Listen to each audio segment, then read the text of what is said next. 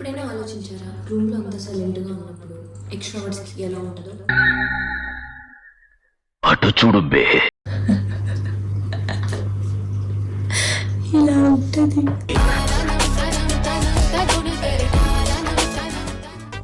ఎవరు మాట్లాడకపోయినా ఫోన్ సైలెంట్గా ఉంటే, వీకెండ్లో ప్లాన్స్ లేకుంటే మైండ్లో ఒకటే క్వశ్చన్, ఏం చేస్తున్నాం నా లైఫ్లో అనిపిస్తుంది.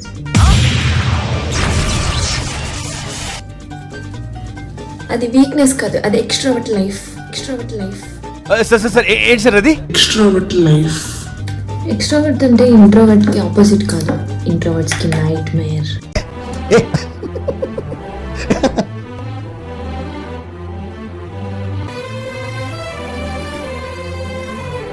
చాలా మంది ఎక్స్ట్రోవర్ట్ అంటే loud, attention seeker, over action అనుకుంటారు. కానీ ఎక్స్ట్రోవర్ట్ అంటే మనుషుని కలుపుకొని పోవడం. ఏం చెప్పావురా? ఇందులో నీకేం అర్థమైందిరా? అర్థం కాకే ఏం చెప్పావురా అని అడిగాను.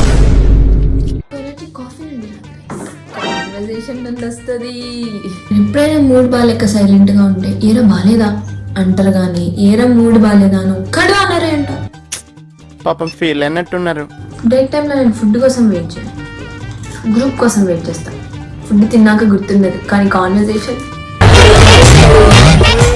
లిఫ్ట్లోకి వెళ్తాను, విచ్ ఫ్లోర్ అంటాను, వాడు ఆక్వర్డ్గా తలుపుతాడు. నోరు తెచ్చి మాట్లాడొచ్చుగా, వెదర్ బాగుంది అంటే మళ్ళీ నోరు తెచ్చి మాట్లాడితే ఏమవుతుందరా మీకు?